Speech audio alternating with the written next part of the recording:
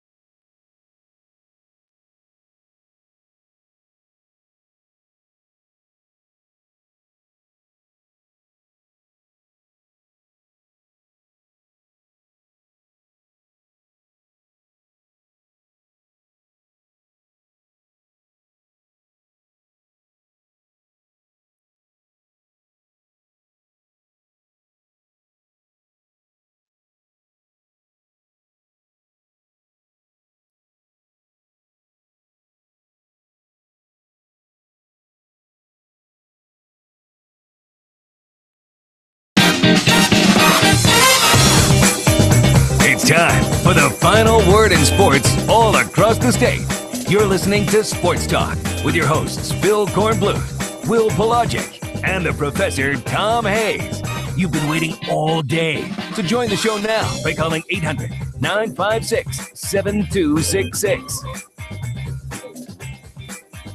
And a pleasant good evening to you and yours, and welcome into Sports Talk, South Carolina Radio Network on this Friday, the 22nd day of June, 2018, along with Phil Kornbluth, Professor Tom Hayes, Will Pelagic here with you, monitoring what's going on at the College World Series, where Oregon State leads Mississippi State 7-2 in the double elimination College World Series semifinal. If Oregon State wins, they will play a decisive game with Mississippi State coming up tomorrow. And, of course, we're monitoring the game tonight, Arkansas and Florida. Same situation. Florida is in the same situation as Oregon State is. They'll need a win in order to force a decisive game with Arkansas. But if the Razorbacks win, then they're automatically in the final series.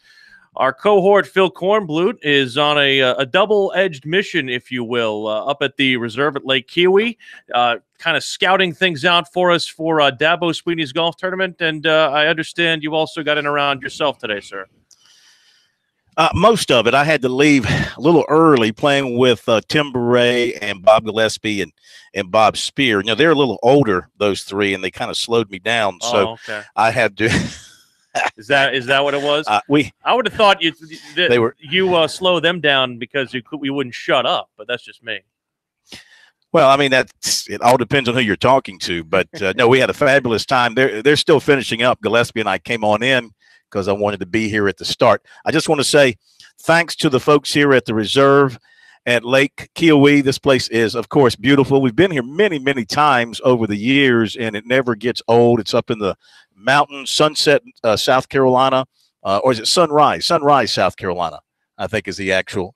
Is it Sunset? Sunset, South Carolina is the actual address, and it's a Jack Nicklaus course built in the mountains here. Very, very challenging, as you might imagine, but always in immaculate shape as it was today. And a lot of people been coming out here to play, and so we've had a great day, had a great lunch, had a great day, and we're here primarily to not say goodbye to Tim Beret, but to here on Sports Talk, just give him our way of honoring him with some airtime with us here on Sports Talk, to talk about his career at Clemson and talk about his future, which primarily will be with NBC Sports and the Golf Channel, which is outside of Clemson and everything Clemson sports. I would say golf is his passion. And so we're here for that because this is Tim's last few days after 40 years in his job as sports information director, assistant athletic director for communications, whatever you want to call it. A long and distinguished career. And he has touched so many of us in the media, not just in South Carolina, but all across the country. So I thought before he got away that we would do a show with him, and so we could officially say thank you and goodbye for all the times together and all the help that he gave us over the years. Yeah, it's interesting. The role that he has goes far beyond the role of somebody who normally holds his position. You know, the role of the SID has become almost kind of the liaison to us, and the ability to tell the story of whether it's Clemson, whether it's South Carolina, wherever you are. But in his role, he not only got a chance to give us the access, but he provided a lot of the information and nuggets himself. And I would even submit that there probably isn't a person alive who knows more about Clemson than Tim Beret does. Well, anytime you're in any public relations or SID role, once they stop calling you SID and they call you historian, you know you've been there a long time. And Corn, it's interesting. You know, I'm sure we'll be able to kind of draw on some of his stories and his experiences, and of course you'll be able to kind of ask him about how much Clemson's meant to him. Oh, for sure, yeah. But you know what I want to do is talk first with him about the past, and then in our second segment with him talk about the future. You know, what is ahead for him. He still will be around Clemson. He's still going to be living in Seneca, and he's still going to be doing the color on the Clemson basketball broadcast. And I am imagining keeping up with Clemson sports and keeping the records in place, though the new SID who was coming in and will certainly have to assume those responsibilities to a large degree. So we'll find out from Tim what his plans are moving forward. We had the NBA draft last night.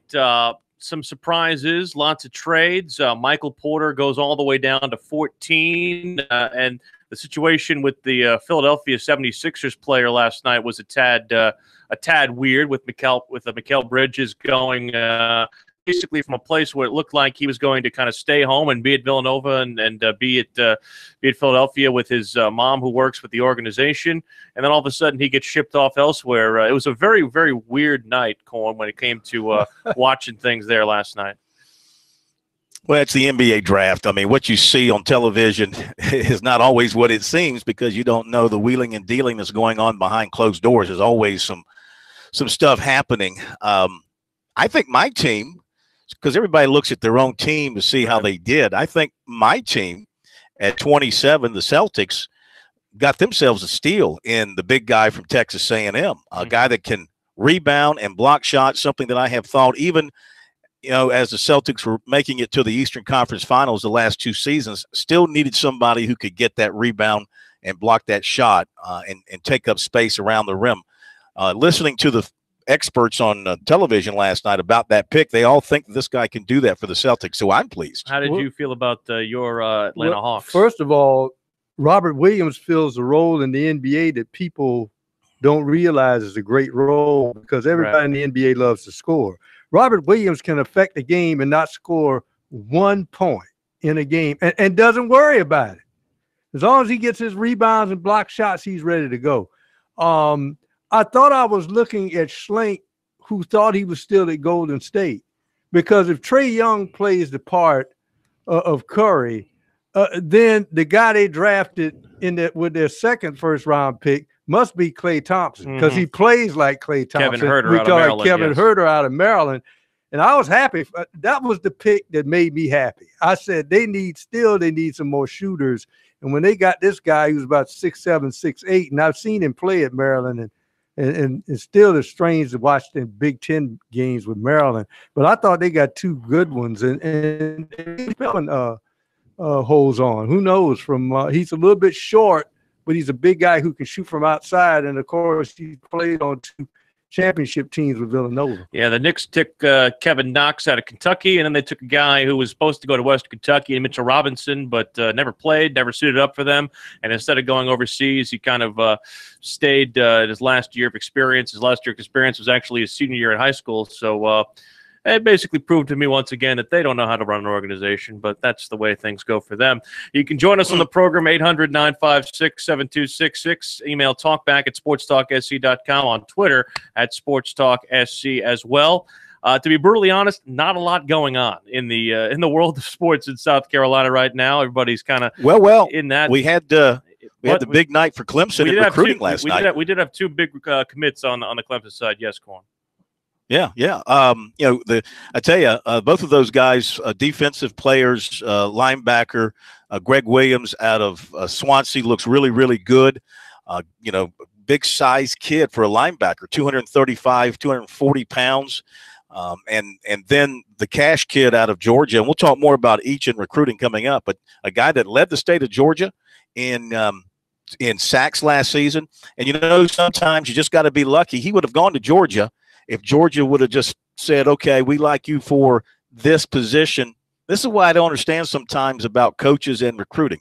They couldn't decide what position they would use this kid for because of the defense they run. They didn't think he was, I guess, big enough to play inside, not fast enough to play as a stand-up outside linebacker. I don't know. But it seems to me like if you got a home state kid who grew up a Georgia fan, is as talented as this kid supposedly is, you find a place for him. But I guess that's not how it works. And so Clemson benefits from Georgia's indecision, and he commits to the Tigers. He does. We'll talk about that more in recruiting later on in the program. We're also going to talk to Connor Shaw, former South Carolina quarterback and current tight end coach at Furman.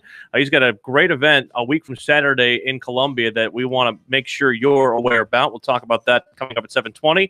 The usual suspects, George Bryan and Monty Dutton, in our second hour. But coming up next, Tim Beret will join Phil Kornblut, and we will look back and reminisce with the Clemson retiring SID.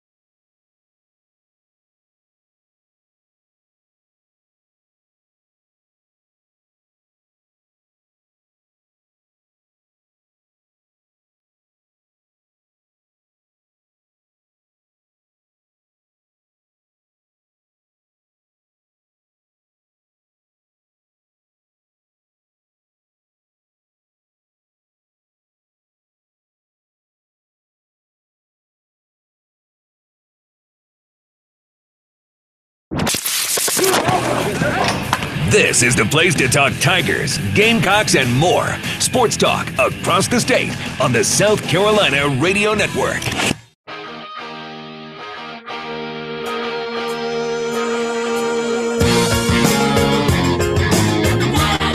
Sports Talk, South Carolina Radio Network.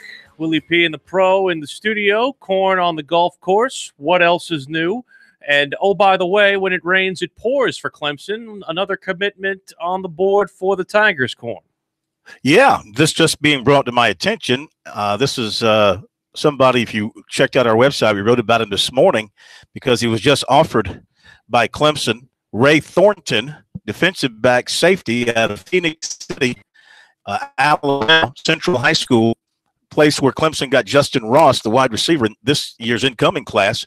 He commits to Clemson this afternoon. He is 6'2", 195, a safety. And so that's 3 commitments for Clemson here over the last couple of days, if you throw in yesterday, last night, and today. Actually, I guess less than 24 hours. Mm-hmm. And that pushes their total to 18. So they probably are going to sign right around 25. I think they will try and bring in a full class. So they're getting there, and this has been a big little boost here for them before we hit July 4th. Yeah, it's weird thinking about it now, Corn, because, and you can correct me if I'm wrong, but it seems like a lot of these things are coming together in a much quicker pace because of the brandy new schedule that we have, at least the first full real cycle through now, where we have the June recruiting and the offers that are coming out earlier and the earlier visits and things of that nature. No question about it. I mean, this new calendar has pushed everything forward. It's made June into the new January. You know, January used to be the real heated month of recruiting. That's going to be pretty much an afterthought now. December will be kind of active because you'll have some guys who are going to sign early who'll take it right to the signing day in December, and that'll be very busy. But with the camps and the offers that go out in June, it really makes June a very busy recruiting month. Coaches want to get before they go on vacation as many of the guys that they want in the boat on their board, so they don't have to worry about it, they hope. And if you're Dabo Swinney, you know, with your policy, when you take a commitment, they're done. That's it. There's no more recruiting, so you don't worry about it unless somebody just decides to change their mind at some point. So, yeah, that's another big pickup for the Tigers, and their class continues to grow and add quality players. Well, you know, Clemson has built up such a stock of young talent that really just ushers them into the national picture that, Corn, this got to be the largest class I've seen out of Clemson in a few years. It is. Remember now, they because their retention level was so good that their class numbers, their 85 figure was always right there, and it limited what they could do in terms of individual classes. You know, they'd only lose 6 or 7 or 8 seniors in a class, and thus they could only replenish them with those low numbers. Now they had a big senior class last year, and it's opened up space in this class to add a bunch of new players, as Tim Beret has joined us here on the news of Clemson's third commitment in less than 24 hours in football, as he comes off the golf course after we left him and Bob Spear behind. So how are you? Good. I played well after you left. Well, last shot I saw of you, it was a hell of a drive. I hit some good drives. Yes, today. You did. Yes, you did. It is great to see you. Thank you so much for allowing us to spend some time with you. Great to see you. Absolutely. What I want to do, and I know it's been a kind of a extended period of goodbyes for you here, even though you're not going anywhere, you're still going to be around Clemson. Right. You're still going to be living in the area, but your interest and your time's going to be spent doing other things. So I don't want to bore you with another one of those sort of deals. What I want to talk about, though, is as you sum up your time at Clemson and move ahead to the next phase of your professional life, what's the one thing you haven't said about Clemson that you haven't shared that kind of sticks in your mind that maybe you can share with us now? One thing that I haven't shared. Yeah. I know you've told a lot of stories. I've done a lot of interviews and told a lot of stories. Yeah. I want something fresh. Well, probably, one story about that people don't know or remember. You probably do because you were around, but I actually took a job at Pittsburgh in 1983. Bingo.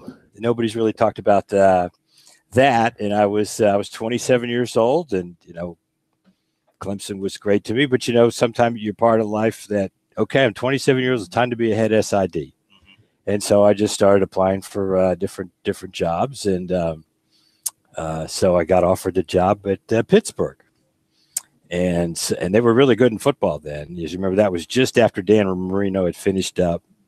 That a guy named Bill Fralick, who was a terrific All-American player. And so they were pretty good in hoops then too. So I thought, okay. And so I got the job, and I accepted it on July the 5th, 1983. And 5 days later, and I had been getting progressively more and more ill. I lost 27 pounds in a month, worrying about this, but not really realizing that I was, because I was just so driven that that's what you're supposed to do in your profession. You know, after 5 years at Clemson, it was time to be a head SID. And so finally I just got so sick. I just I had to call and tell him, I guess similar to what Coach Crimmins happened with Coach Crimmins. The original flip-flop. Yeah. So, I flip-flopped before Coach Crimmins did. Actually, and what got me through it is my old boss at Notre Dame actually had done the same thing in the same city. Roger Valdesari was at Notre Dame, and about 5 years in, he accepted the job to be the PR guy for the Pittsburgh Pirates. And about 5 days afterwards, of course, the more he was thinking, more he had 5 little kids and about moving his whole family, and then he did the same thing. And so I felt terrible about it, and I really didn't get through it until he called me and told me how he had been through the same thing and how he dealt with it. And, misery loves company. I don't know, but him telling me that the same thing had happened to him finally got me through it. So, and obviously Mr. Bradley welcomed you back. Mr. Bradley welcomed me back. The first day I came back, there he had found the biggest box of grits that he could find, and he put it on a desk with a note, "You are now a Southerner." I mean, in other words, you're staying. Yeah. And I never left after that. Amazing. I remember that story, and we all thought you were gone, and then you came back. So yeah, that was pretty incredible. You mentioned Bob Bradley, and you can't talk about your time at Clemson without talking about Bob Bradley and what a great man he was, and what a great friend he was to media members all across the country that he would come in contact with. Absolutely. Yeah, I had 2 great mentors when it came to relationship with the media, just setting an example in Roger Valdesari at Notre Dame and Bob Bradley at Clemson. And they were really from the same era. They, had the same kind of upbringing in the profession. And, just the little things I noticed that Mr. B always did to help the media. For instance, he always had jumper cables in his car in case on a late night a member of the media couldn't start their car. He'd go out to the press parking lot and he would start their car for him. He knew how to change tires for guys. He was amazing when it came to that and just the way he treated the media. And going the extra mile to try to help them, whether it be a stat or getting an interview or whatever. There was a sports information convention about 20 years ago where they had a panel discussion. One of the guys on the panel was Ivan Maisel, I remember. And the panel was about, what's the most important thing that sports information directors do for the media? And the overall number one answer was coordinate interviews, getting student athletes, getting access to student athletes and coaches, for the media. And, that's something Mr. Bradley always put an emphasis on. And I've tried to do that. Don't think that the media, doesn't appreciate the kindness and the extra step that SIDs would take back in the day to help them out. And I mean, not that they would be prejudiced by it, but it certainly reflected in their opinion about the school that they were covering at that particular time. Hang on, Tim. We're going to hit a break, and we'll come right back. Tim Beret is with us. We are up at the Reserve at Lake Kiowee. We had a great day playing golf on a beautiful golf course. I did have two pars. Had 2 pars. Had a chance for a birdie there and choked as usual. We'll be right back.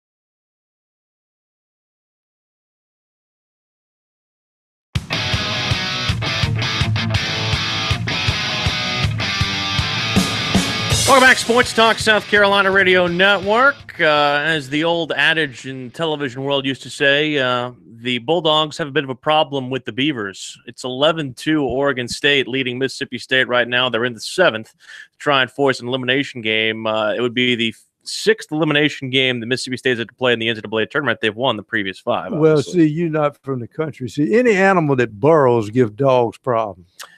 Let's go back up to the reserve and rejoin Philly with Tim Barrett. Yeah, I'm from the country, and I never knew that, but thank you for sharing that with us, Pro, as always. Tim Barrett is with us, the departing Clemson Sports Information Director, or what do they call you now? What, assistant? Football Communications Director, Assistant 8, whatever. Whatever, yeah, you got all kind of I'm different in charge titles of football and golf. Yeah, which you love to do. Absolutely. Yeah, and analyst on the basketball broadcast. Yeah, still gonna be on the basketball games. Yeah. Still gonna write for the Orange Experience. Still gonna write for the football program. Kind of help plan both publications with Brian Hennessy and any other projects that Dabo comes up with.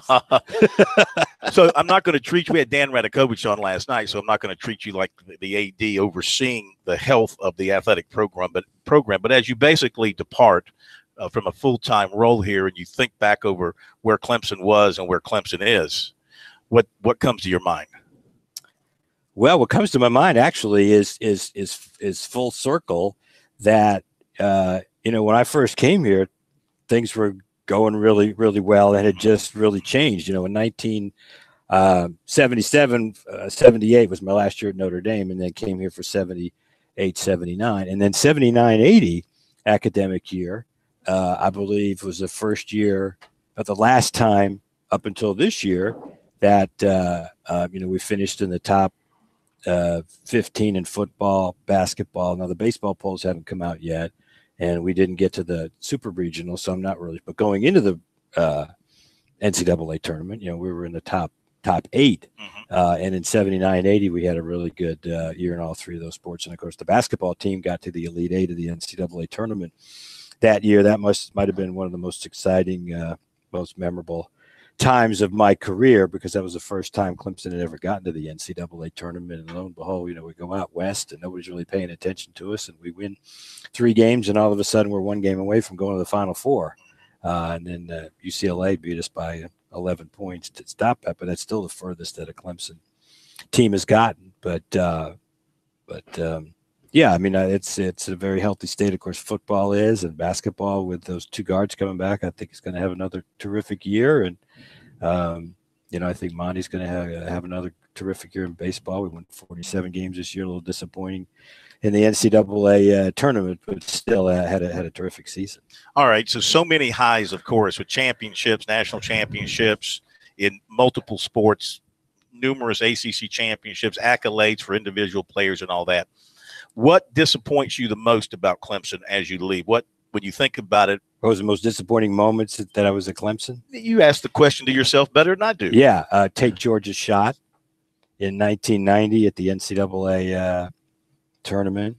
A game against UConn in the Meadowlands that we were 19 points down. I was at that game. You were at that game, yep. It was in East Rutherford, New Jersey.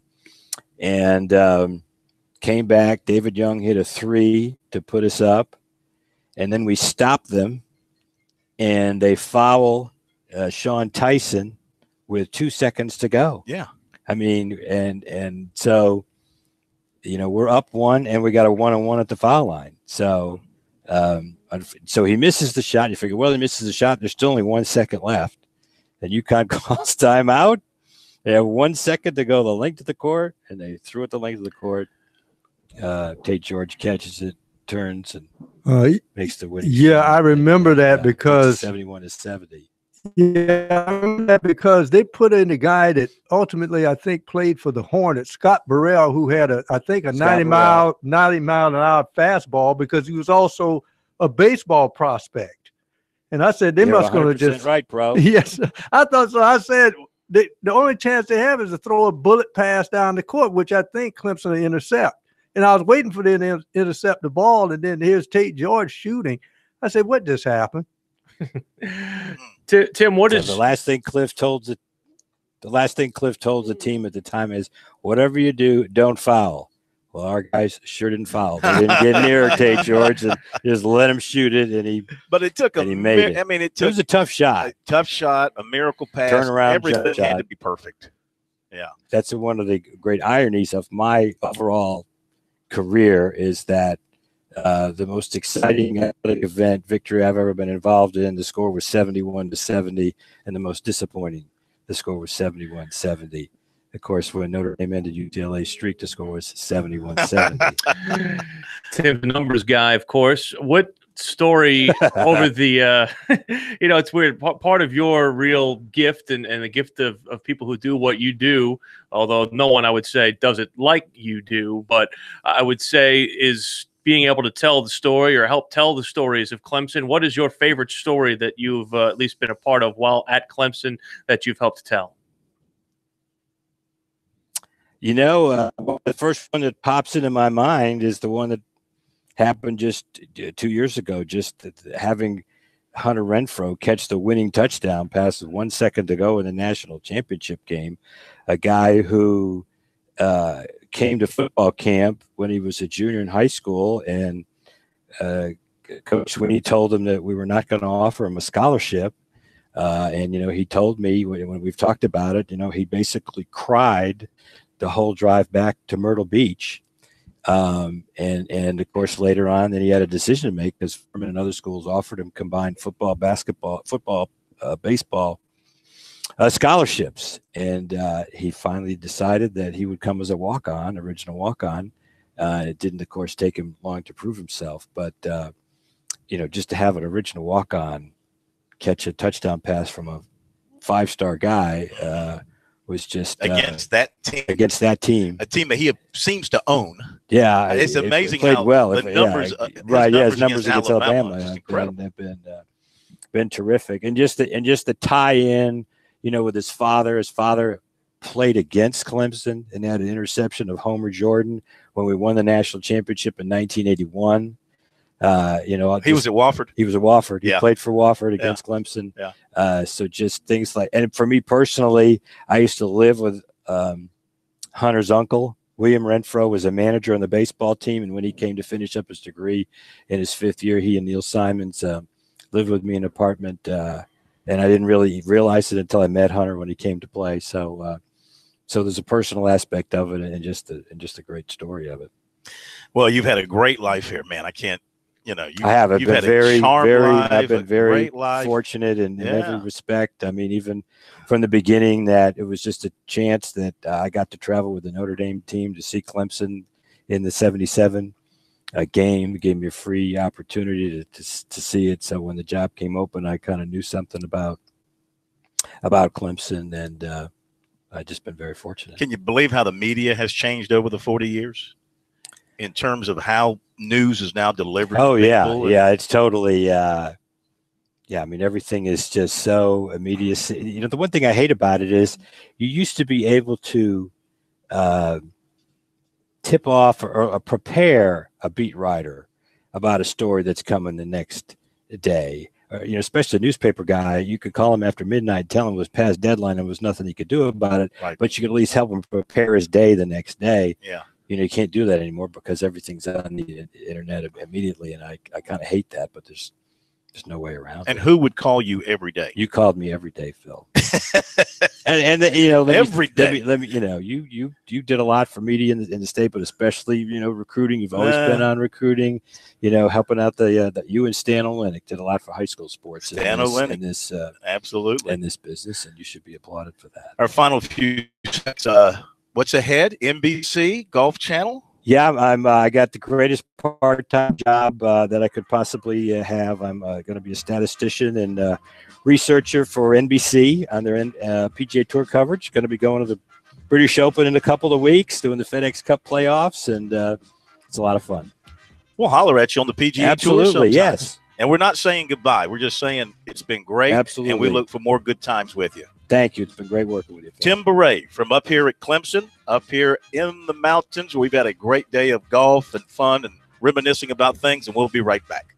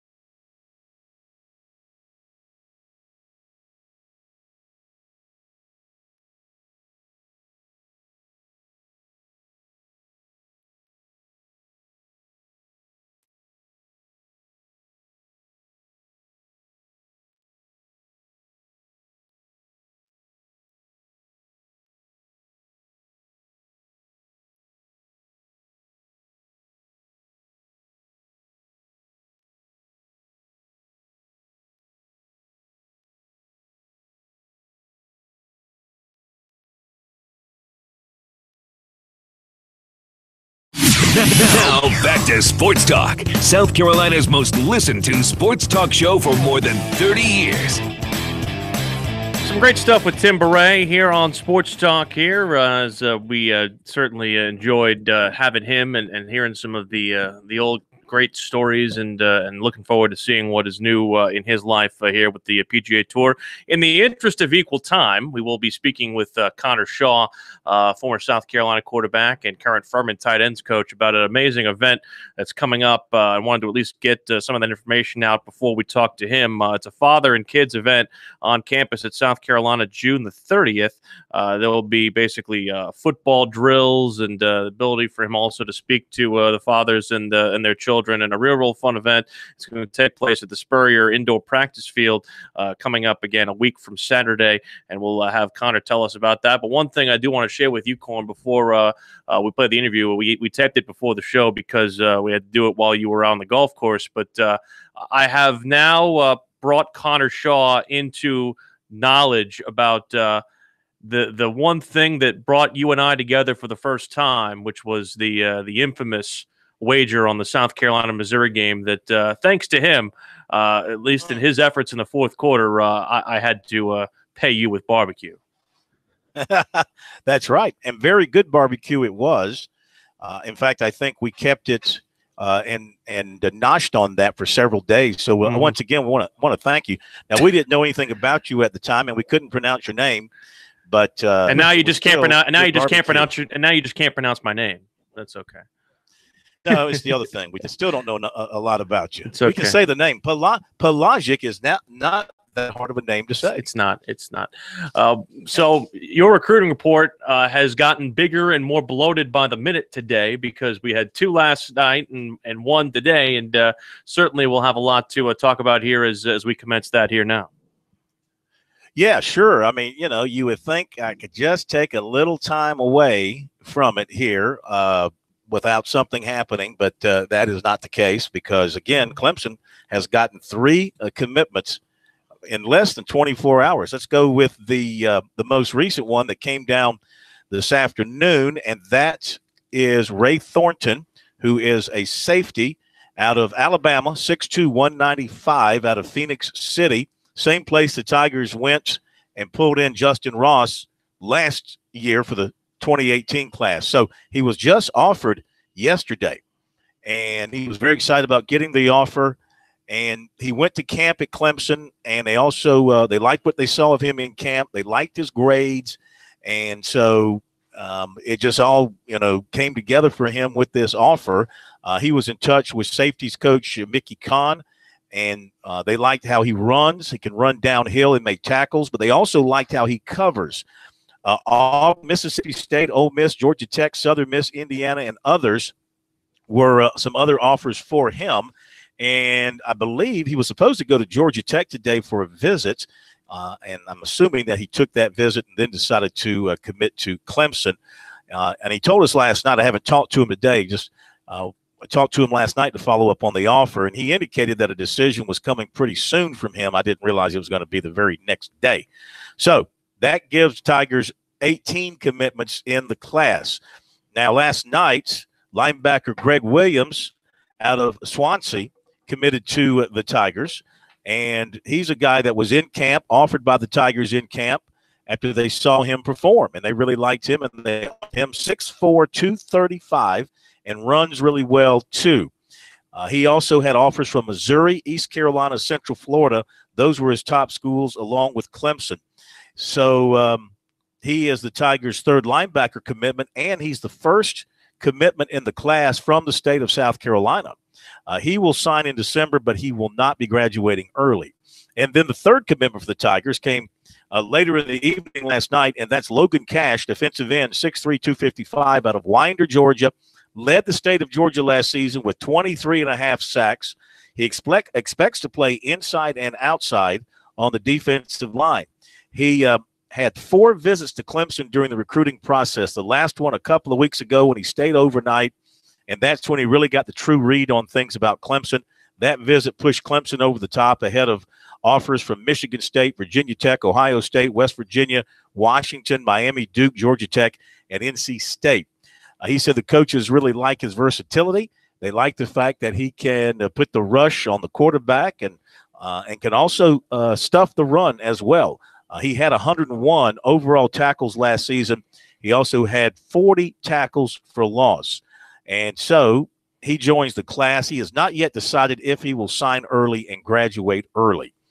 And that is what we have. I know it's a top-heavy Clemson report, but the Tigers are the ones getting the commitments here over the last 24 hours. That's what we've got in recruiting for you thus far this evening. And a reminder, of course, to check out our recruiting. No matter where you are, on your smartphone, on your tablet, on your computer, go to our website, SportsTalkSC.com. You can check out our recruiting information there. Or you can go to Twitter and use the hashtag STRecruiting. That will take you right to all our recruiting information. There's a couple of things that I'll add to it, Corn. This is coming from the folks at North Pole Hoops. A.J. Lawson says he's down to 3 between Creighton, South Carolina, and Tulane, with his decision coming soon. That should be an interesting little tidbit going forward. Of course, South Carolina needing to fill that final spot. And that receiver out of Memphis, Kevion Mullins, will make his decision on Wednesday. So that'll be interesting to see from him and whether or not he ends up either here or elsewhere. Well, it's kind of ironic that the two basketball commitments, I should say one basketball commitment and one that South Carolina hopes to commit, both have gone through Mike Dunleavy. Yeah. Taking them from Mike Dunleavy and not doing the former Gamecocks any favors. Going back to the receiver, I think South Carolina is going to get him. I don't see any reason now at this point, with him announcing on Wednesday the feeling that he's had about South Carolina, the Gamecocks still leading for him. I don't see any reason why he won't commit to South Carolina on Wednesday when he's at that camp in Atlanta. He's that's the one. He says that that Carolina has the big lead, if you will. Yes, yeah. Yes, he has told us on multiple occasions that South Carolina is the favorite. The only thing that would turn him is if, the family thing, Memphis being the hometown school, if somehow that became a bigger issue, a bigger play for Memphis with him. When it comes down to the football and the school and all that kind of stuff, it's clearly South Carolina. I think the thing that has Memphis still in the running is the fact it's the hometown school.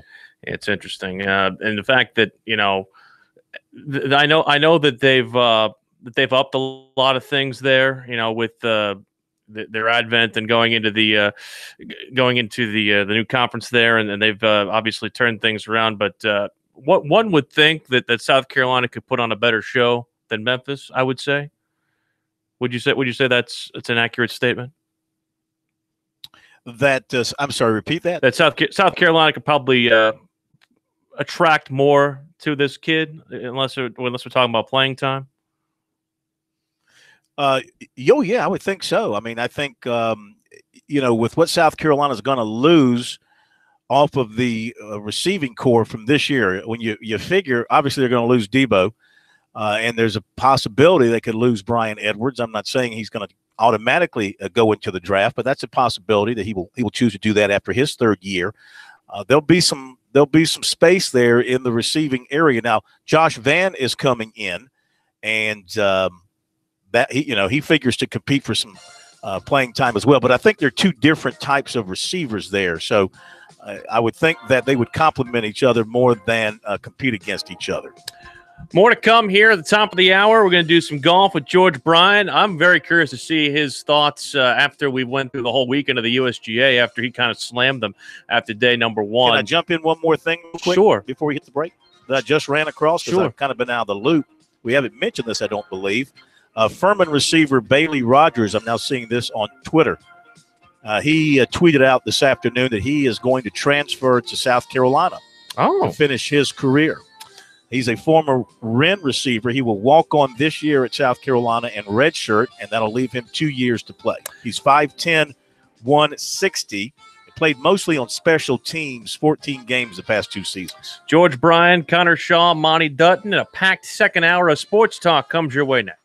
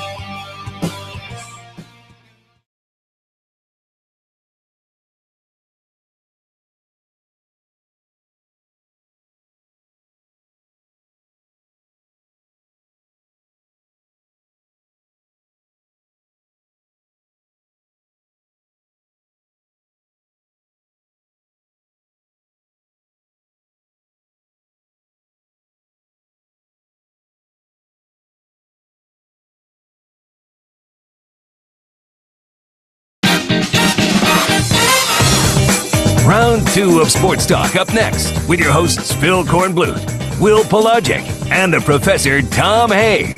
Don't leave us hanging. Join the show, 800-956-7266. Hour 2 of Sports Talk, South Carolina Radio Network on this Friday, the 22nd day of June 2018. Will Pelagic, Phil Kornbluth, Professor Tom Hayes. Phil is at the reserve at Lake Keowee. We will rejoin him here in just a moment. Want to pass along this news that will make both USC and Clemson fans happy. Former Vanderbilt player Connor Kaiser, third-round draft pick by the Pittsburgh Pirates, has signed his professional deal for $625,000. A little bit below the slot value, but he was the regional MVP at Clemson and part of the big, huge onslaught that they put on the Tigers in the decisive game that took place there a couple of weeks ago in the NCAA tournament. So he moves on. There are 2 weeks from today is the deadline for those who have existing eligibility that can sign, or at least to come back to school or sign with their professional teams. Those who have exhausted their eligibility can wait a little bit longer for that. But again, that is at least something that is on the horizon. A couple of players of Clemson and South Carolina imports still have yet to make those decisions. But now time to go back out to the golf course corn. We have George Bryan to do some birdies and bogeys across the state of South Carolina, which is what you had as well. Well, I had actually double bogeys and triple bogeys. And let me just real quick, a USC football player has scored a major bogey, a snowman. Javon Charleston, reserve defense charged with assault and burglary in Lexington County, suspended from the team. This is on the state's website. Police report says June 17, Charleston was exchanging text messages with a woman. When she didn't respond, he went to the police. She was staying and entered the residence around 2 a.m. Woman woke up to find Charleston there, told police. They got into he got into an altercation, verbal altercation with a man who was also there, and he chased the man out of the house, according to the report. And seems like we're having some problem with Coin's connection. We'll try to get him reconnected here with us. But yeah, that story with Javon Charleston has him suspended with the team, and we will at least give you more on that as we continue here. But George, as we welcome you in, I know that you had some thoughts about the USGA's layout of what was going on at Shinnecock Hills this past weekend. What are your thoughts now after that has all been completed? I'm sure much thankfully to your satisfaction. Oh, I tell you, it's beautiful when the golf course when we're playing golf, and the best players in the world are here up in Hartford, TPC River Highlands, and it's golf, GOLF, and it's a wonderful thing. And it's unfortunate what happened at the U.S. Open. Maybe they learn, maybe not. But this week, I tell you right now, the community here, everybody's friendly. The golf course, hey, golf's not a fair game. It's not supposed to be. But it's also, it's not supposed to be goofy golf. It's not. So this week it is, and the best player is Brian Harmon. Hey, I got to tell you, if you haven't been here, this is a beautiful part of the country. We're up here in the Northeast in Connecticut, right near the coast. I'm actually wearing a jacket now. It's in the high 50s, low 60s. Wind. I don't know what the temperature is there, but it is absolutely beautiful here. It's beautiful, beautiful at night here, I can tell you. What were your thoughts about what? Again, one more on the U.S. Open. What were your thoughts about what Phil did on Saturday? George. So what were your thoughts on what Phil Mickelson did on Saturday with the hitting the ball while it was still moving? Hey, We losing George too? Mm-hmm. Seems like everybody we're losing everybody. Apparently we it's sunspot. There's a sunspot. You know what it is? It's the heat in the state of South Carolina has caused us to have a whole bunch of I guess malfunctions here on this Friday. I mean, in my thing, it looks to me like something any one of us would have done on the golf course had we been frustrated.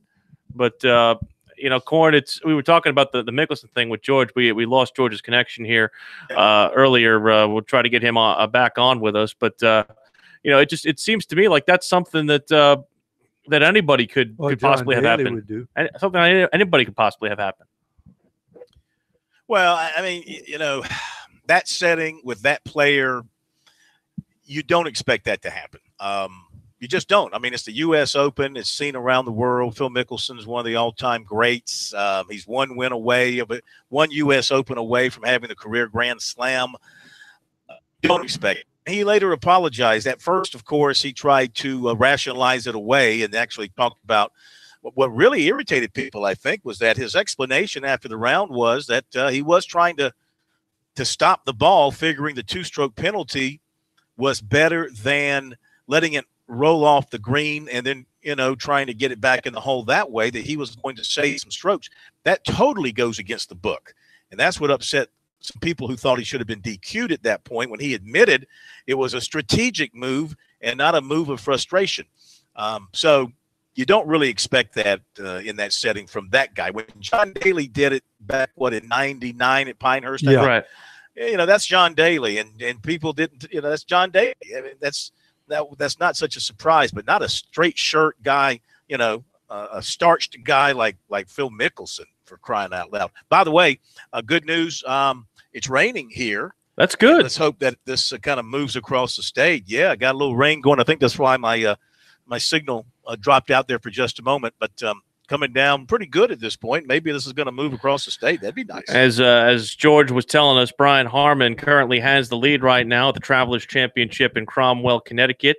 That's taking place here with round 2 commencing and finishing up. Russell Henley in the hunt, of course, as well. He shot a 5 under 65 today. He's tied with Matt Jones for second, along with Zach Johnson. Jordan Spieth is at -4. Kyle Stanley is there as well. Scott Brown at -3. Wesley today shot 68, so he is at -2 for the tournament. Type 53. He looks like he will make the cut. Sam Saunders is also at -2, and Bill Haas, Will McGirt, Ben Martin, Jonathan Bird, those 4 do not make the cut. So Wesley ate off the lead, Corn, and you know, Russell Henley, who had himself some good run as well last week as well. Same also goes for Kyle Stanley. Those guys are playing well and certainly making things happen over there. Yeah, how when you start getting it together, it can just sort of continue. You know, it just rolls over from week after week, and so you get your confidence going, and you know, everything just the greens look bigger to you, the holes look bigger to you, just everything. The fairways look wider to you. As I think we've got George back. Is that correct? We do, yes. Oh, I'm sorry. Oh, we do? Here. Okay. Thought I heard George back. Yeah, back here. I'm right on the coast. I'm in a beautiful place right on the Connecticut River. It's awesome, but no cell service. That's the problem. We were getting your thoughts on Phil's antics on Saturday. When the golf course is set up as it is, and you get close to the edge, it's not golf. The 3 or 4 holes, not golf. It becomes goofy golf. You get goofy reactions to goofy golf. And, you know, when mistakes are made, maybe they learn, maybe not. But I think it's a lot of fun to see him back to golf this week. How do you think Wesley shot today? He played really good.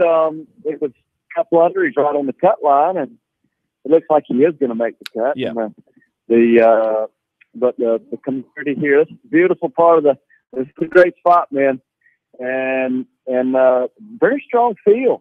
Had fun watching Rory play. I don't know how Jordan Spieth ended up today. Jordan is at he's at -4, so he's 6 off the lead. Kyle Stanley is there as well at -4. Russell Henley is at -9 as well.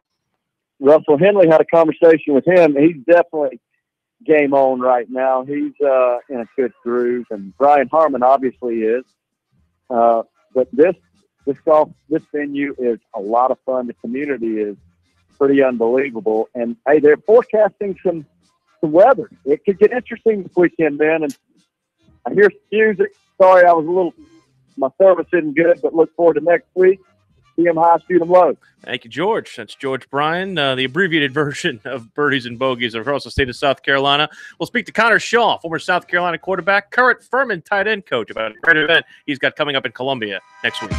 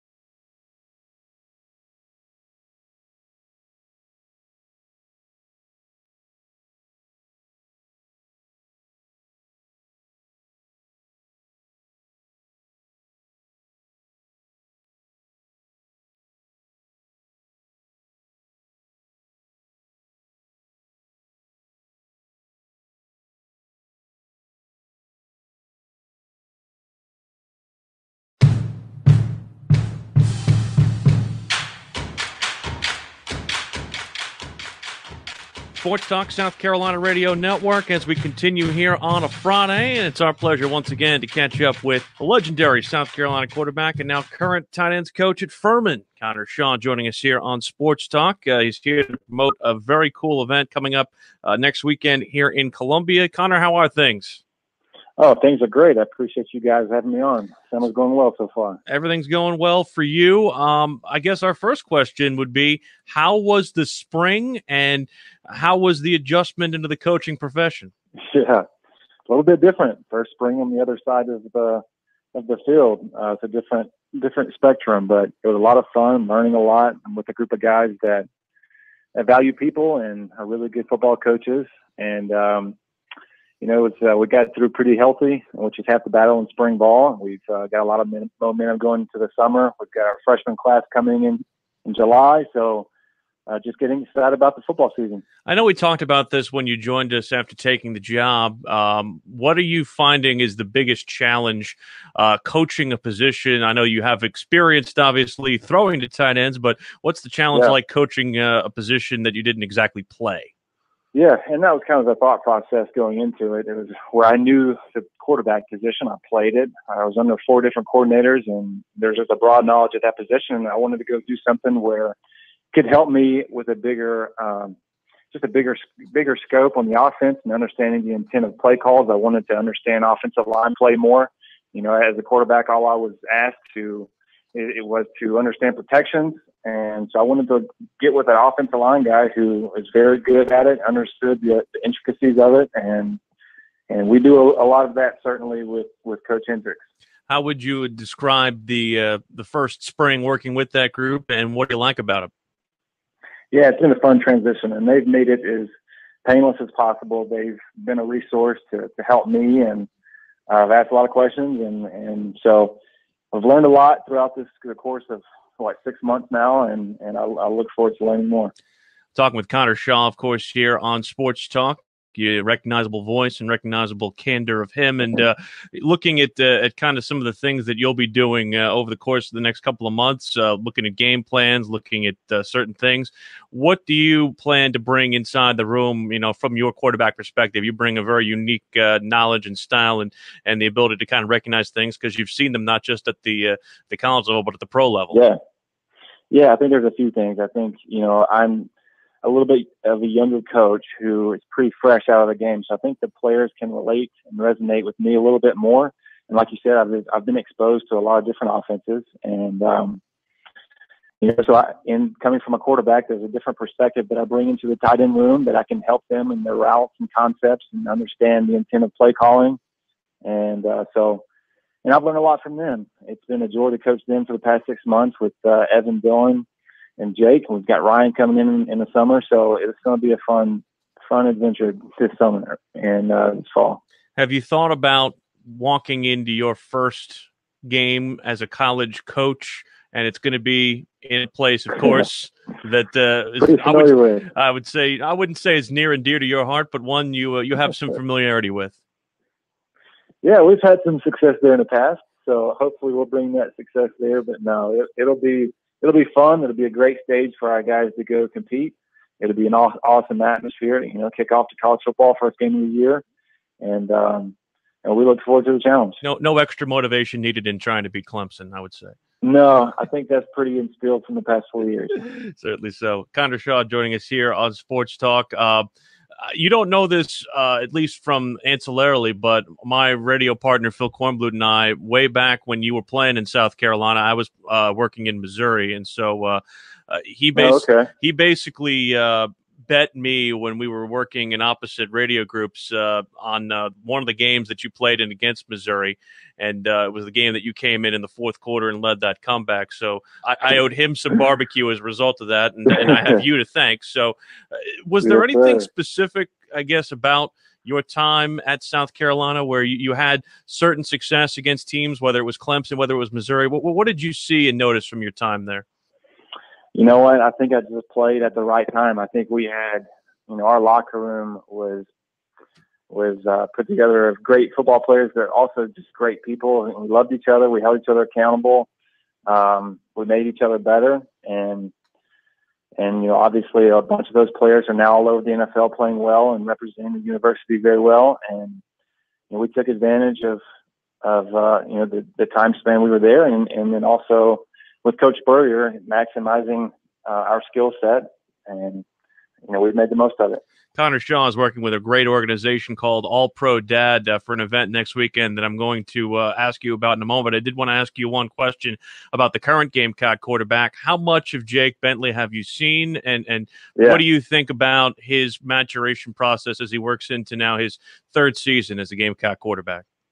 Well, that's the biggest thing, is that he is a very mature kid, and sometimes you forget that he's only played for 2 years. And I think he's beyond his years on and off the field. He's a very bright kid, intelligent, and understands the game of football. His football IQ is up there with any other young quarterback that I know, and he does a lot for his team. He has the respect of his in that locker room, and obviously just a talented kid too. I think he'll do well this year, and I look forward to a big season from Jake. And I know you have a lot of respect for Coach Spurrier, but I'm sure it makes you proud as a Gamecock to see what Will Muschamp has done in stabilizing things as well. Oh, without a doubt. And then I've been able to spend some time with Coach Muschamp, and he's an expansive guy, and he gets a bigger picture of things, and he's done a great job of recruiting, getting the right kids in the building and that fits their needs and their system. And you can tell that the players love him, and that goes back to University of Florida, where I played with some Gators, and Cleveland and Chicago. They had nothing but great things to say about Coach Muschamp, and he's done a tremendous job at South Carolina. Speaking, of course, with Connor Shaw, he is helping to host an event called with All Pro Dad and the South Carolina Department of Social Services in Columbia on campus a week from Saturday, June the 30th. What is the point of this event, and what are you guys doing? Yeah, it's going to be a really fun event. This was founded by Tony Dungy 20 years ago. It's really just it's on a mission to help fathers love their families well. And this event at South Carolina will be fun. It'll be games. It'll be football drills in the Spurrier Indoor Practice Facility, and it's just a great resource to help dads do their most important job, which is to be a dad. And it's going to be a fun event. I hope we have a great turnout. And I'll be speaking a little bit of just what fatherhood means. And the biggest thing I think there is, being a dad with 2 small kids is, to be their hero is not to have a sexy title or the most money or buying them, great toys. It's just being engaged with them. It's being present. It's sacrificing for their needs and the betterment of themselves. And so next weekend will be a lot of fun. How much did your role as a father kind of impact this career change, if you will? Oh, without a doubt, it's impacted it. I think, I had an opportunity to go be in camp with Seattle after my stint with the Bears, and it just came to a point where I was away from my family a lot. They were here in South Carolina, and I was away from them for 3 months in OTAs. And, I get it. It's the nature of the beast in that job, but being at Furman, which we've lived in Greenville for the past 4 years, is a chance to really be in their lives more at a critical time. Young children, and I value that more than most things. And so it's been a wonderful transition. But without a doubt, being a father and valuing that is led to this decision to get into coaching. Biggest question now is how can folks get involved, and how can folks sign up to attend next week? Yes, so you can register at allprodad.com/events, and there are numerous ways that you can get more involved with the organization. They've partnered with the Department of Social Services, and that's just, they're looking for someone who could foster and adopt children who need stability. And you can go on to allprodad.com/foster to learn more about that and how you can to be that hero. And that's probably the most convenient way to find out more about this organization and get involved next weekend. Connor Shaw joining us here on Sports Talk. Thanks so much for the time, and we'll talk to you closer to the season. I appreciate you. Thanks for having me. That's Connor Shaw. We'll go racing next with Monty Dutton here on Sports Talk.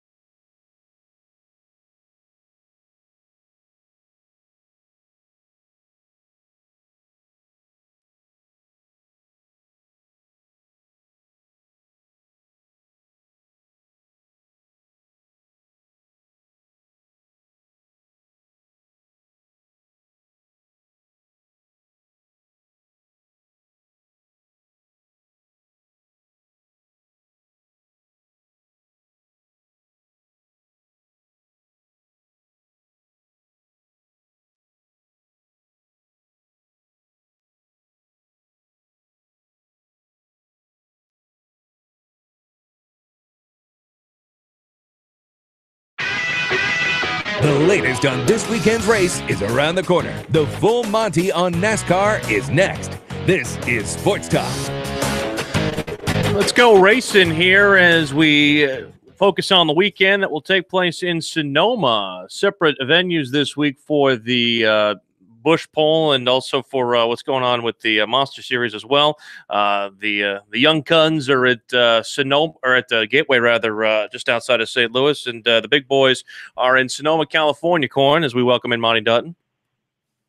Let's go racing after taking a weekend off. I missed my racing last weekend, Monty. I know you did as well. The full Monty on NASCAR, starring Monty Dutton of MontyDutton.com, author of many novels over the days and years. And I know you want to give a shout out to your buddy Tim Beret. We're up here at the reserve at Lake Kiowee. We had Tim with us. As you know, his SID career, his career at Clemson, winding down. You, sir, a former SID at Furman, so you know kind of what Tim went through over all these years with the Tigers. Yes, I didn't last so long. I'm too hard-headed, but I think it's really amazing because all the other things to extol the virtues of Clemson University. Clemson University has had back-to-back SIDs that were some of the best ever to do the job, and Bob Bradley and Tim Beret. And so they are both excellent in their own ways, and it's really something that's quite rare and special. Absolutely, and they have not yet formally announced his replacements, but it's coming, and I don't think they've announced it. Have they yet, Will? Not as of yet. I'm seeing an email here about a golf outing. But anyway, about that, all I will say is hail to the Redskins, okay? That's the hint for those of you who are wondering about that. Hail to the Redskins. All right, so out in Sonoma, they're going left and right. And right now, Kurt Busch in the second practice is leading the way at 94.061. No surprise. I mean, he's a master of Sonoma and the road courses, is he not? Well, I really think there's a lot of masters, because it really goes back to when there were those drivers are very strong on road courses, because, you know, Truex is one, and Harvey, and both Busch brothers, all good, because what really made that possible was when they made it where you didn't have to do the footwear gymnastics that you once did. You know, there was a time people used to have a camera on the floorboard of Richie Rudd's car. He was so adept in car races were. Well, now they don't.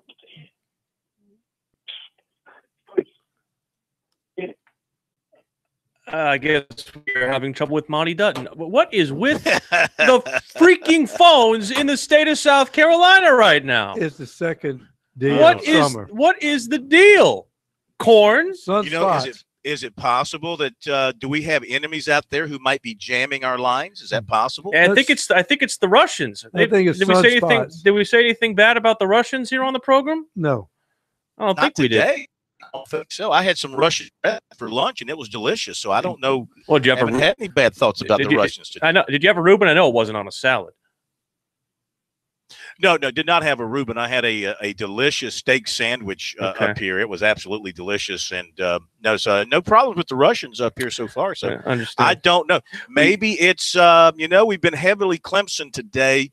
Maybe there are some Gamecock fans out there jamming our signals. Yeah, Gamecock fans. They just get Connor Shaw. We had Connor Shaw on the program.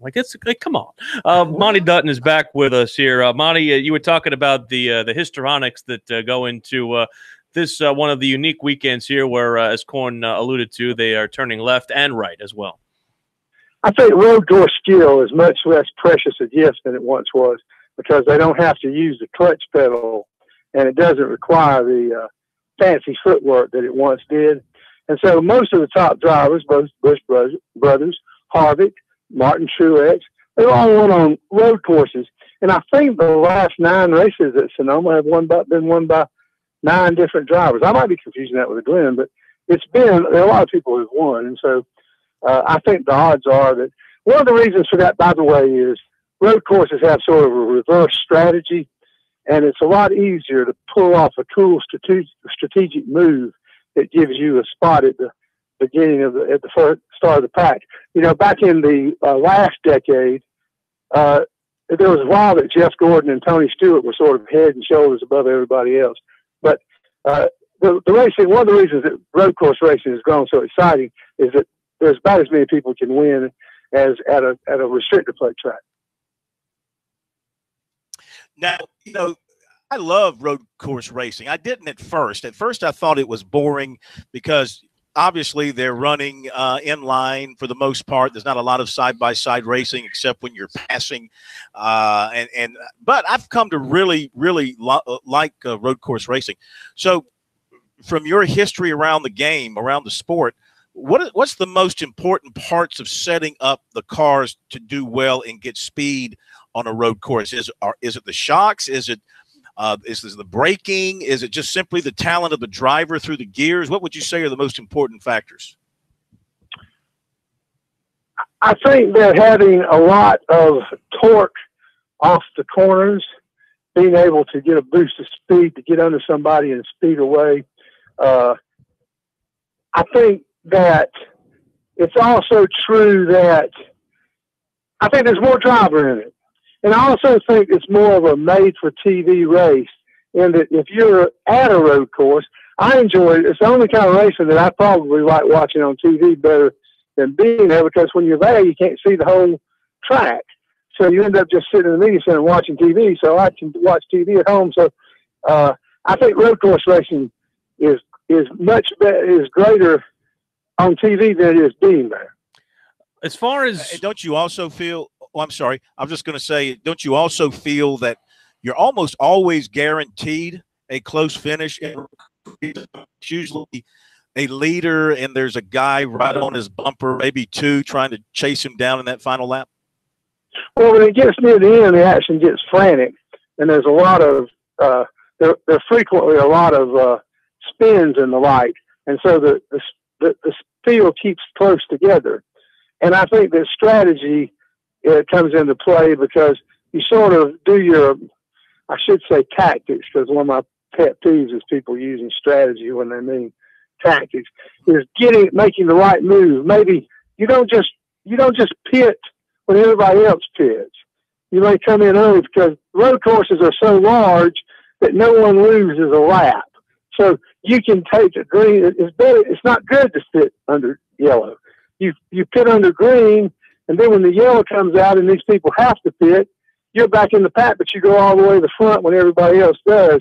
So the tactics that the crew chief makes have a lot to do with the outcome. Who do you like this week? I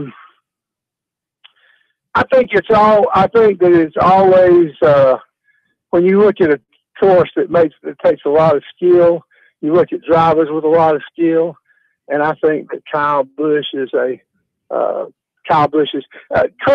really good driver. But you know, when you look at it, Kurt Busch is often fast, but not often in position at the end. He seems to have a lot of things happen to him. So I think that you know, the usual suspects. Truex won at a road course last year. I think almost anybody can win. And it'll be another measure of, do the Fords have it? Who has the advantage? Are the Toyotas better? So there are still some people that don't have a great knack for it. The only time that Jimmy Johnson has ever won a road course was the famous race when Marcus Ambrose was trying to save fuel and let his car die. And he couldn't get started. And he had the race won, and Johnson inherited the lead under caution and won the race. So not anybody can win, but I think the best drivers, there's some tracks that are really drivers' tracks. Darlington is one, and there's a high skill level. And so I wouldn't be very surprised if Kyle Busch didn't win on Sunday. Thanks for your time as well, Monty. We look forward to watching it, and thanks so much for being with us. Thanks so much for having me.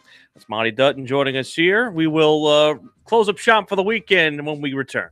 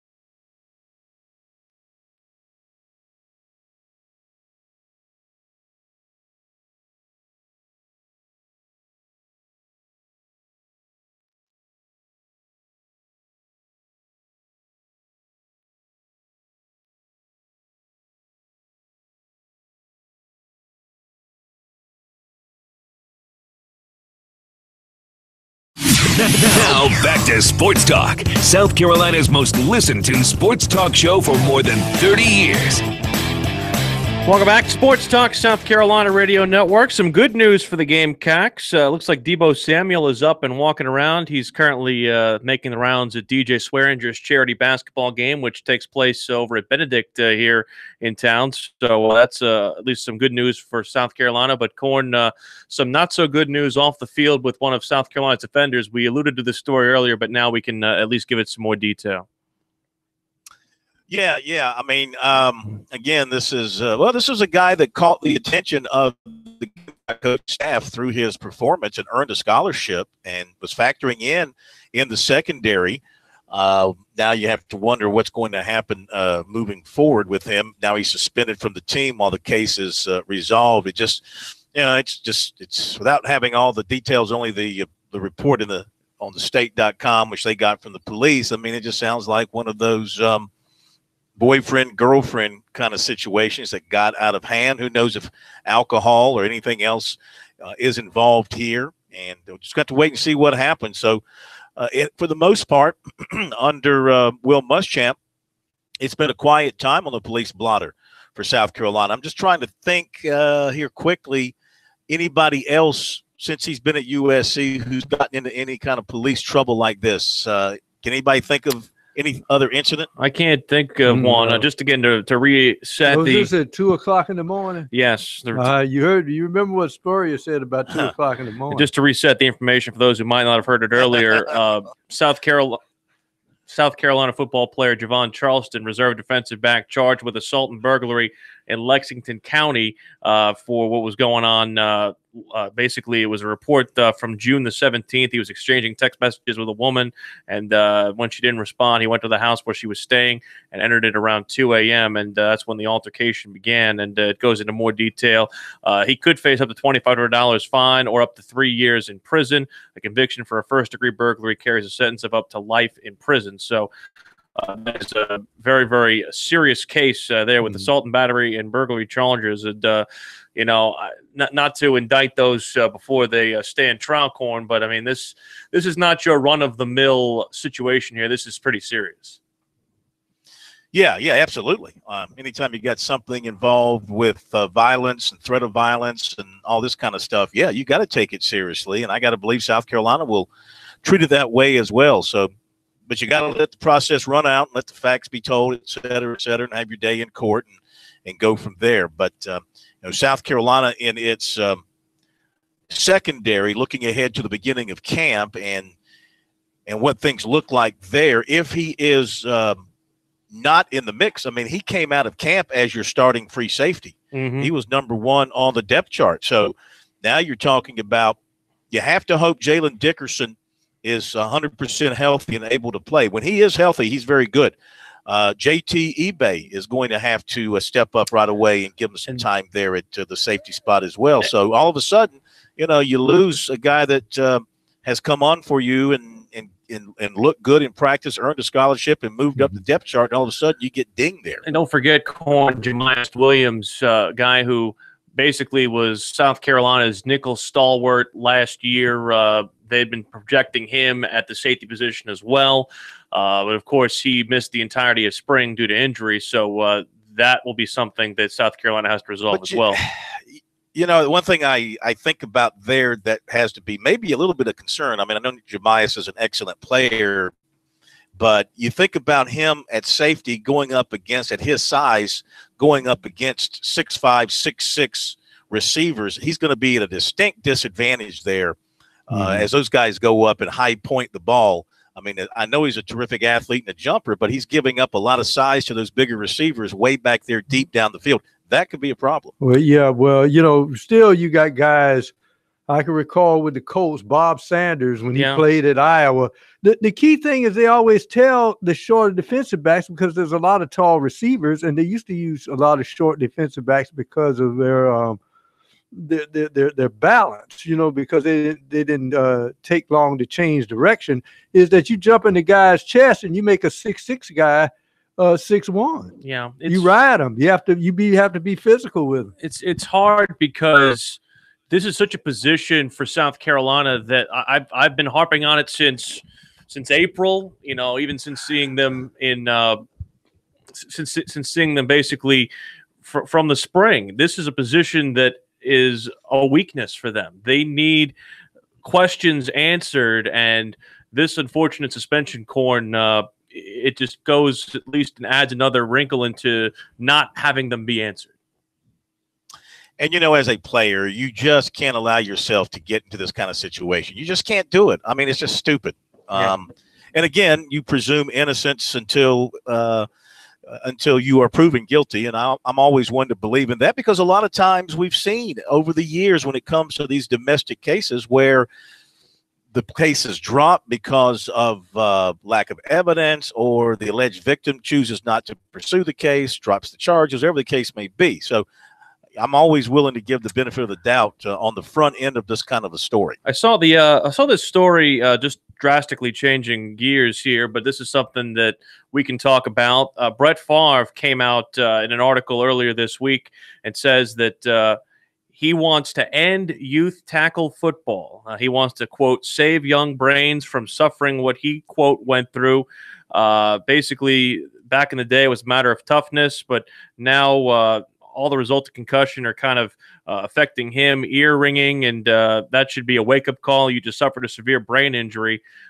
Where are your thoughts, Corn, on the state of where youth football is right now? Well, I lean on the words of wisdom of a former assistant coach here in the state of South Carolina. He's now at, I think, Georgia Tech, Ron West, who was at Clemson for a lot of years. He's been around college football for a lot of years, and he told me one time he would not let his son was a standout linebacker at Appalachian State, he would not let his son play football until he reached the age where his coaches were paid coaches, were professional coaches. And so I think you have to think about that with the peewee leagues and the smaller leagues where you got dads coaching and other people coaching, volunteering their time. And they mean well, I think. They're volunteering their time. They mean well. Maybe they're former football players and they want to share their knowledge with the kids and all that kind of stuff. But maybe they're not the right people to do this and the right people to instruct in some ways. And there's no reason to rush these kids at the ages of 8, 9, 10, 11, 12 even into full contact football because of what it can do to them as they're trying to grow.